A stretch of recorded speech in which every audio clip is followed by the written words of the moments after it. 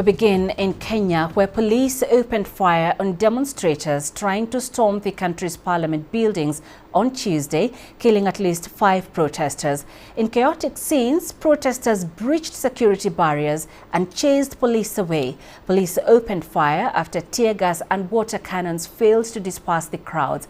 A Reuters journalist counted the bodies of the 5 protesters outside Parliament. Sections of Parliament buildings were also set ablaze as lawmakers inside passed the controversial finance bill. The protesters opposed tax hikes in a country already reeling from a cost of living crisis.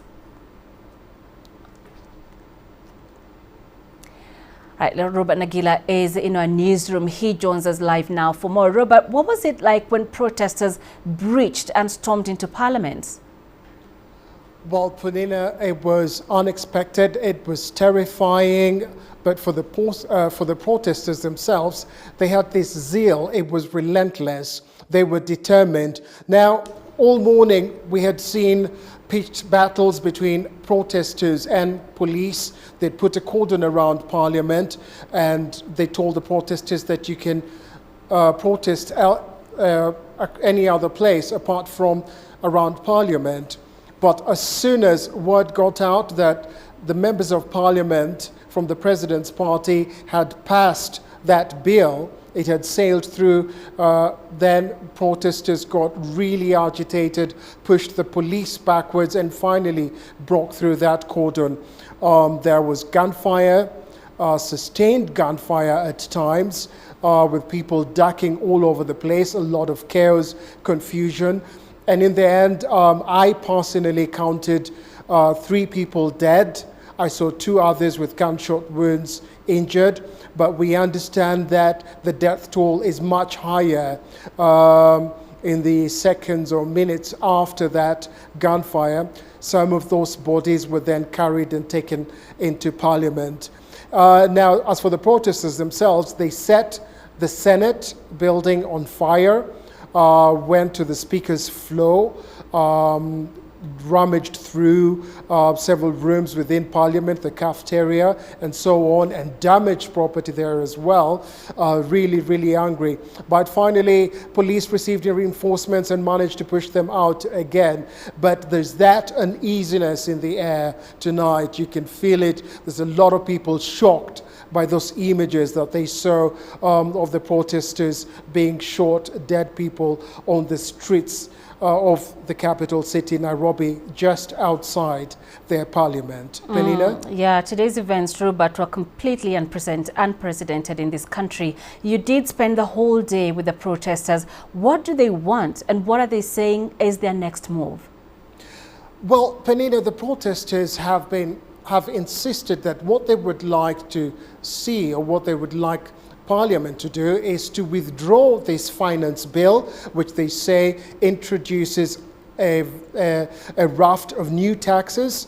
It also increases other existing taxes, and it says that at this particular moment, with the cost of living high, it just makes it very difficult for them to earn a living in this country. And they say they wanted Parliament to withdraw that bill, go back to the drawing table, sit down, and come up with another one.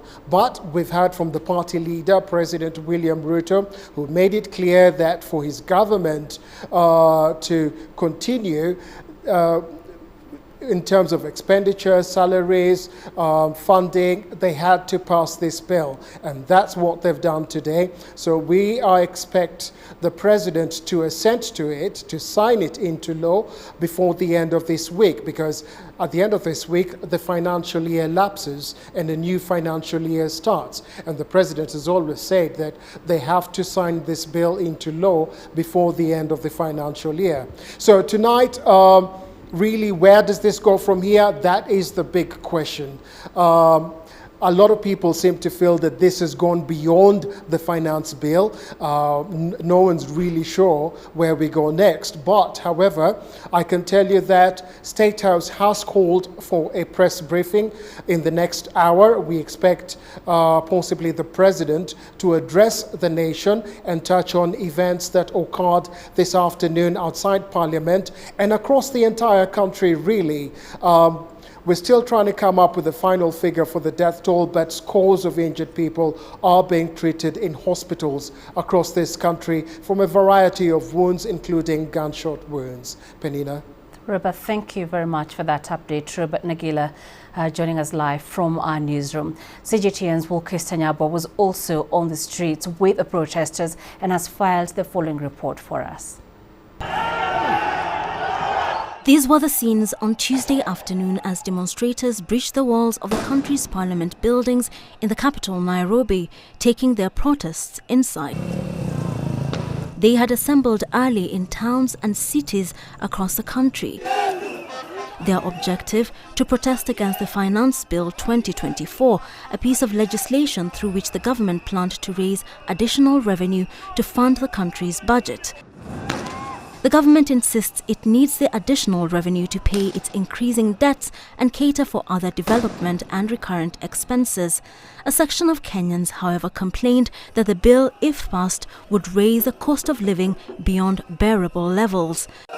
The bill had earlier proposed to tax a cross-section of commodities, including bread and cooking oil, but ruling party MPs later amended it by removing some of the controversial proposals.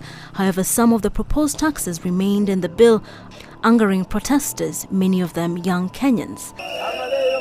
On Tuesday, as Parliament met to debate the proposed legislation, protesters gathered outside. For hours, they engaged the police in running battles, retreating, then advancing. As Parliament passed the Finance Bill, these were the scenes outside. Protesters agitated, wanting to make their voices heard. And as they marched inside the country's parliament, MPs slightly amended, then passed the bill. Shortly afterwards, the demos escalated and a number of protesters broke past the police cordon. They stormed the parliament buildings and soon after, flames engulfed part of the building. Police opened fire. By evening, at least 2 people were reported dead. A number of activists have also been reported missing. Ambulances raced out of the central business district, taking dozens of others who were injured to hospitals. This while members of parliament were whisked to safety. The bill now awaits a third reading and a final vote before the president assents to it, signing it into law. And by nightfall, a number of protesters remained on the streets and the sound of gunfire still rent the air. Wilkis Tanyabo, CGTN.